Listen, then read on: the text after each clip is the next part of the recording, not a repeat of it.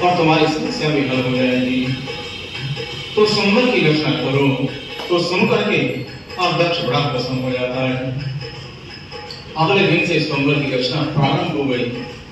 सभी को निमंत्रण दिया गया, लेकिन ब्रह्मा, विष्णु, महेश इन तीनों को निमंत्रण नहीं भेजा गया। अगले दिन अब मंडप सजा। सभी लोग जिनको निमंत्रण दिया गया था तो सभी आने लगे। मंडप सजा स्वयंवर का, सब राजा महाराजा आते हैं, लेकिन बोले बाबा शिव शंकर को दक्ष नहीं बुलवाते हैं, दक्ष नहीं बुलवाते हैं। जब सारे मेहमान आ गए, सिंहासन पर जा बैठे हैं, फिर दक्ष गण के स्वयंवर का है क्या उद्देश्य बतलाने लगे, क्या उद्देश्य बतलाने लगे। तो अगले दिन प्रातः काल से ही सभी लोग आने लगे, जिन्हें निमंत्रण दिया गया था। सारे सिंहासन संपूर्ण हो गए, सभी लोग आकर के बैठ गए। अब दक्ष के घरों ने, सेवकों ने, अरे स्वयंवर क्यों रचाया गया है, किससे रचाया गया है, तो भरी सभा में सबको कहने लगे कि आज दक्ष कन्या का स्वयंवर है, कि अपने पति का वर्णन करेंगे, अपने हाथों में जयमाला लेकर के इस पूरे मंडप में विचरण करेंगी और जिस राजकुमार के गले में सती जयमाला डाल देगी उसके साथ ही यहाँ पर विवाह हुआ। इस कारण मंडप सजाया गया है, सबको बतलाया। अब सब लोग चैतन्य होकर के बैठ गए, अपने आप को संवारने लगे, सजाने लगे। तो तभी राजा अपने पिता की आज्ञा से अब सती अपने हाथों में जयमाला लिए हुए और कुछ सखियों के संग वो आकर के प्रवेश करती हैं। तभी हाथों में जयमाला लिए सब सखियों संग तब आती है, जो जो समझाया नारद ने सती वो करती जाती है, सती वो करती। अब नारद ने सती को समझा दिया, भले शिव को ना बुला गया हो तो शिव तुम्हारे प्रेम में खींचे चले आए, भले तुम्हारे पिता ना चाहते हो, लेकिन तुम्हारे प्रेम के कारण भगवान शिव अवश्य आएंगे, जब उनको ना बुलाया गया हो और तुम जैसे शिव आएंगे उनके गले में जयमाला डालेंगे, तुम्हारे पिता कुछ नहीं कर पाएंगे। अब सभी लाल जी की बातों पर विश्वास करके अपने हाथों में जयमाला लेकर के प्रवेश करती हैं और एक एक राजकुमार को देख करके आगे बढ़ती हैं। उनकी आंखें तो भगवान शिव को खोज रही थी कि मेरे शिव कहां पर बैठे हैं। पूर्ण विश्वास था नारद जी पर, अपने प्रेम पर, भगवान शिव अवश्य आएंगे, वो अवश्य आएंगे, इतना दृढ़ विश्वास। और सती जा रही है, जब पूरा एक चक्कर काट लिया लेकिन शिव दिखाई नहीं दिए, अब तो सती निराश हो गई, लगता है मेरे प्रेम में कुछ कमी है, जिस कारण भगवान शिव नहीं है। तो एक स्थान पर खड़ी हो गई, बड़ी निराश हो गई, आंखों से आंसू भी बहने लगे, प्रभु क्यों नहीं आए, प्रभु क्यों नहीं आए। सती एक जगह हो गई, तभी नारद जी दौड़ कर जाते हैं। अगर सती एक स्थान पर हो गई तो पिता क्या समझेंगे, लोग क्या समझेंगे। दौड़ करके सती के पास आए, सती विश्वास रखो भगवान अवश्य आएंगे, मेरा मन कहता है कि शिव अवश्य आएंगे, बस थोड़ी प्रतीक्षा करो, थोड़ा समय और गुजरने दो, भगवान अवश्य आएंगे, तुम एक चक्कर और लगा लो। अब नारद जी सती को लेकर के आगे चलते हैं, भगवान की प्रतीक्षा होने लगी। अब सती भी समय व्यतीत करने लगी, प्रभु का इंतजार करने लगी। अब नारद सती को लाकर के कभी इंद्र के सामने खड़ा कर देते, कभी वरुण के सामने खड़ा कर देते, कभी वायु के सामने खड़ा कर देते हैं। समय व्यतीत करना था, प्रभु का इंतजार हो रहा था।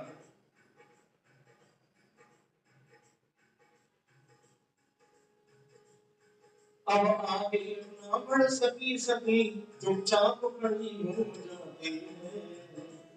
नारद से पूछे ब्रह्मदेव सद इतना क्यों घबराती है, सद इतना। दूसरा चक्कर भी लगा गया, नारी के साथ चल रहे हैं, लेकिन भगवान शिव भी नहीं आए, भगवान शिव भी दिखाई नहीं दिए। अब तो सदी बड़ी निराश हो गए, अब तो नारद कहने पर भी आग नहीं पड़ती है, एक स्थान पर खड़ी हो जाती है। उधर ब्रह्मा जी को पता चला, कहीं गए हुए थे ब्रह्मा जी, जब आए तो पता चला कि मेरे पुत्र ने स्वयंवर की रचना की। अब ब्रह्मा तो सब जानते थे कि दक्ष ने कैसे तपस्या करके मां शक्ति को प्रसन्न किया था, फिर स्वयंवर सती का विवाह भगवान शिव से दक्ष क्यों नहीं करता? स्वयंवर के बारे में सुनकर के ब्रह्मा जी को बड़ा आश्चर्य हुआ, स्वयंवर की रचना क्यों की गई? सती का विवाह तो शिव के साथ हो रहा है। प्रभु हम तो आपसे इतना प्रेम करते हो और ये आप हो तो बोल होकर के पर्दे में बैठे हो, जरा पर्दा हटाइए प्रभु। तुमने मुखड़ा जो हमसे छिपाया, सारे भक्तों को पागल बनाया। तुमने मुखड़ा जो हमसे छिपाया, सारे भक्तों को पागल बनाया। हमको यूं न सताओ बाबा, हमको यूं न भुलाओ बाबा। तेरी महफिल में आए दीवाने, पर्दा मुझ से हटाओ। शिवरात्रि आती है तो परसों शिवरात्रि भी है, तो परसों यहाँ पर भगवान शिव और पार्वती का विवाह किया जाएगा। बड़ी श्रद्धा के साथ, विश्वास के साथ, बड़े उल्लास के साथ ये सब क्रियाएं होंगी। तो आप अधिक से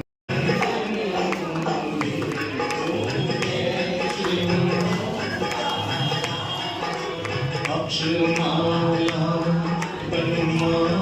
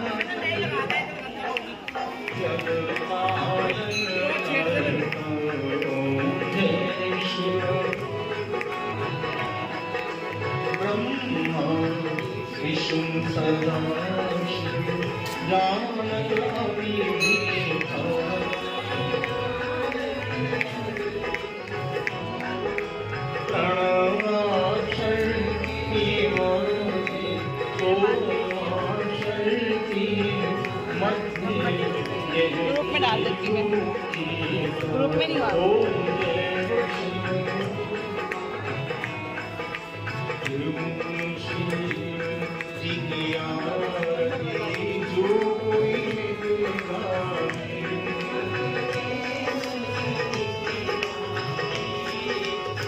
कहत शिवानंद स्वामी, कहत हरि स्वामी मनवा